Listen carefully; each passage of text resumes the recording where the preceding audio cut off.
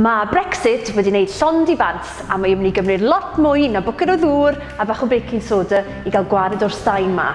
Croeso I 2019. Mae mis cyntaf blwyddyn yn gallu bod yn depressing, ond mae'r mis diwetha yma wedi bod fel reboot uffernol o Groundhog Day, gyda Cymru yn cael ei siafftio mewn ffordd wahanol bob tro. Mae yna newyddion drwg bron yn ddyddiol, fel rhyw fath o advent calendar, ond mae lwmp o hen gach brown sy'n tu ôl I bob ffenest. A cofiwch, dim ond bita un ar y tro. Gathon ni ddechrau uffernol I 2019, pan nath na bwyllgor o aelodau'r cynulliad rybuddio a gallai San Steffan gymryd rheolaeth o unrhyw benderfyniadau I wneud gyda amell yng Nghymru ar ôl I ni adael yr Undeb Ewropeaidd.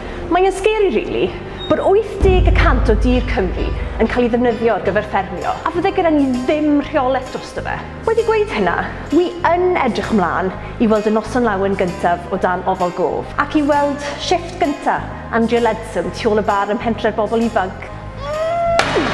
Wedyn, oedd yna rai pobl yn poeni bod gan Lywodraeth Prydain ddim byd I gymryd lle y 680 miliwn o bunnau ni wedi bod yn derbyn o'r Undeb Ewropeaidd bob blwyddyn. Dyn nhw hyd yn oed meddwl am y peth. Pwy sy'n mynd I dalu am welliannau I neuaddau pentre, ffordd blaen yr cymoedd a suits flash phone gething? Ac roedd mwy o newyddion da, gyda rhybydd gan e-bus y gallen orfod symud ffatri sy'n cyflogi 6,000 o bobl yn Sir y Fflint dramor. Gallen ni hefyd orfod defnyddio tir preifat yn Sir Fôn fel meysydd parcio ar gyfer yr holl lorïau yna sy'n mynd I fod yn teithio trwy harbwr Caergybi mewn no deal scenario.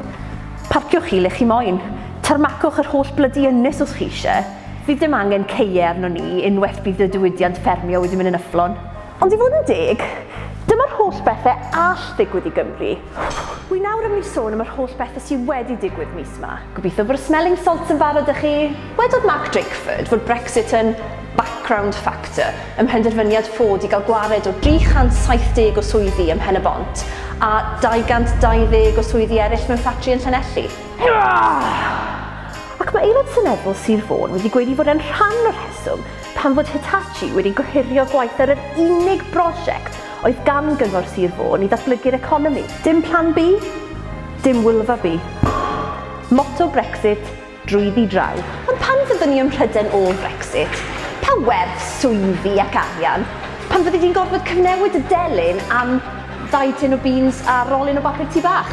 Bydd yn neud I leoliad llyfr glas nebo edrych fel paradwys. A beth am adroddiad Iechyd Cyhoeddus Cymru? Oedd yn gweud bod rili dim ots pa fath o Brexit ni'n cael, bod yn anochel, bod yna effeithiau negyddol iawn yn mynd I fod.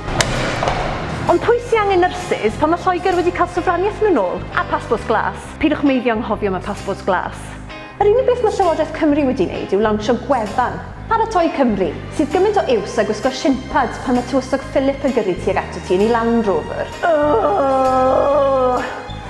Ac yn San Steffan, maen nhw jyst wedi bod mewn rownd mewn cylchoedd. Achos dim byd wedi digwydd tra bod popeth yn llosgio I cwmpas nhw. O be fi'n gallu gweld, ni yn yr un sefyllfa o'n I 2 fis nôl, jyst bod ni ddim yn yr ynep Idolig, a sa'n gallu yfed am ddau yn y prynhawn rhagor heb gael evil eyes wrth y fam yng nghyfraith. Fi jyst yn mynd I drio stico I mas trwy mis Chwefror gyda backup supply o beta blockers. A jyst diolch I bopeth sydd yn byr ac yn dda yn y byd yma na nes I hyd yn oed drio wneud dry January.